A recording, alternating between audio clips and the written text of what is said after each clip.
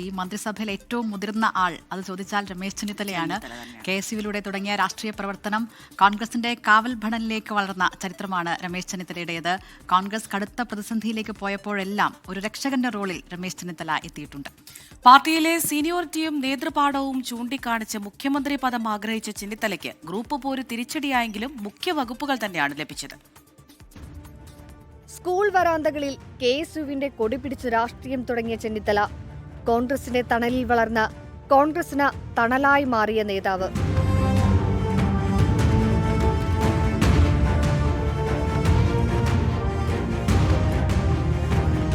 പ്രതിസന്ധിയിലായപ്പോഴൊക്കെ ചെന്നിത്തലയുടെ ശുശ്രൂഷയിൽ ഉയർത്തെഴുന്നേറ്റിട്ടുണ്ട് കോൺഗ്രസ്.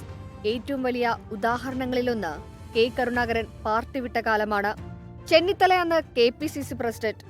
അതികായന്റെ ഇറങ്ങിപ്പോക്കിൽ തളരുമെന്ന് കരുതിയ കോൺഗ്രസിനെ ചെന്നിത്തല കൈപിടിച്ചുയർത്തി. കൂട്ടിന് ഉമ്മൻചാണ്ടിയും. അന്നു പാകിയ അടിത്തറയാണ് ഇന്നും കോൺഗ്രസിന്റെ കരുത്ത്.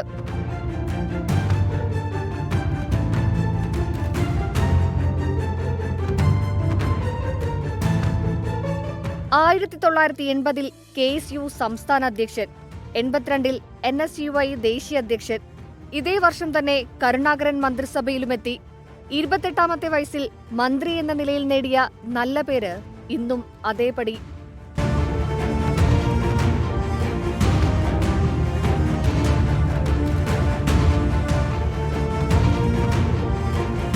ഉമ്മൻചാണ്ടി സർക്കാരിൽ ആഭ്യന്തരമന്ത്രിയായിരുന്നപ്പോൾ operation Kubera, clean campus, safe campus തുടങ്ങിയ പദ്ധതികളിലൂടെ പോലീസിന് ജനകീയ മുഖം നൽകി.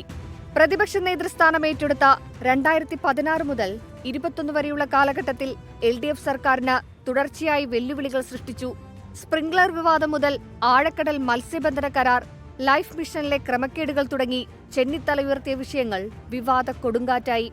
കോൺഗ്രസ് വർക്കിംഗ് കമ്മിറ്റിയിലെ സ്ഥിരം ക്ഷണിതാവ് കൂടിയായ ചെന്നിത്തല നിലവിൽ മഹാരാഷ്ട്രയുടെ ചുമതല വഹിക്കുന്ന നേതാവ് കൂടിയാണ്.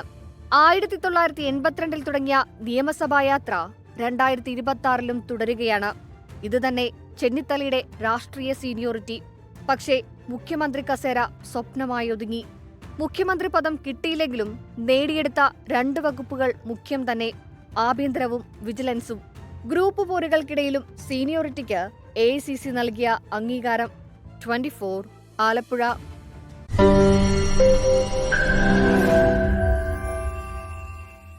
ലോകത്തെവിടെയായാലും ഏത് സമയത്തും 24 വാർത്തകളും ഓഗ്മെന്റഡ് റിയാലിറ്റി പാക്കേജുകളും എക്സ്പ്ലെയിനറുകളും വിശദമായി കാണാൻ ഞങ്ങളുടെ YouTube ചാനൽ നിങ്ങൾക്ക് സബ്സ്ക്രൈബ് ചെയ്യാം.